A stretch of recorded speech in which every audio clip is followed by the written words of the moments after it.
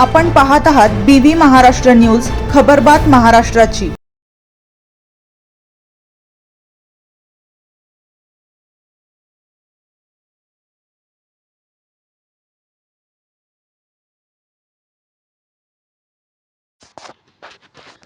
रामेश्वर फाट्याजवळ भीषण अपघातात सटाणा येथील पती-पत्नी ठार।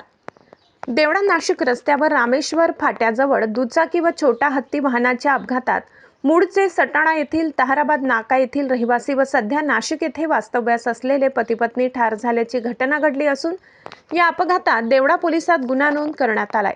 सदर अपघाताबाबत मिळालेल्या प्राथमिक माहितीनुसार बाबूलाल रमेश गरुड वय 46 व त्यांच्या पत्नी वैशाली बाबूलाल गरुड वय 42 हे दुचाकी क्रमांक MH41 BC 6063 वरून प्रवास करीत होते। त्यावेळी छोटा हत्ती गाडी क्रमांक MH18 BZ 2735 यांच्यात सोमवार दिनांक 22 जून रोजी 5 वाजेच्या सुमारास देवळा नाशिक रस्त्यावरील रामेश्वर फाट्याजवळ दोन्ही वाहनांचा भीषण अपघात झाला। अपघातात दुचाकीवरील पती-पत्नी यांचा अति रक्तस्राव झाल्याने व गंभीर दुखापत झाल्याने जागीच दुर्दैवी मृत्यू झाला असून मृत पती-पत्नी हे मूळचे सटाणा येथील रहिवासी आहेत। ते सध्या कामानिमित्त नाशिक येथे वास्तव्यास आहेत अशी माहिती समोर आली आहे। घटनेची माहिती सटाणा येथे समजताच हळहळ व्यक्त होत आहे। सदर घटनेबाबत देवळा पोलिसात गुन्हा नोंदविण्यात आला असून मृत दोघांचे मृतदेह ग्रामीण रुग्णालय येथे शवविच्छेदनासाठी हलविण्यात आले।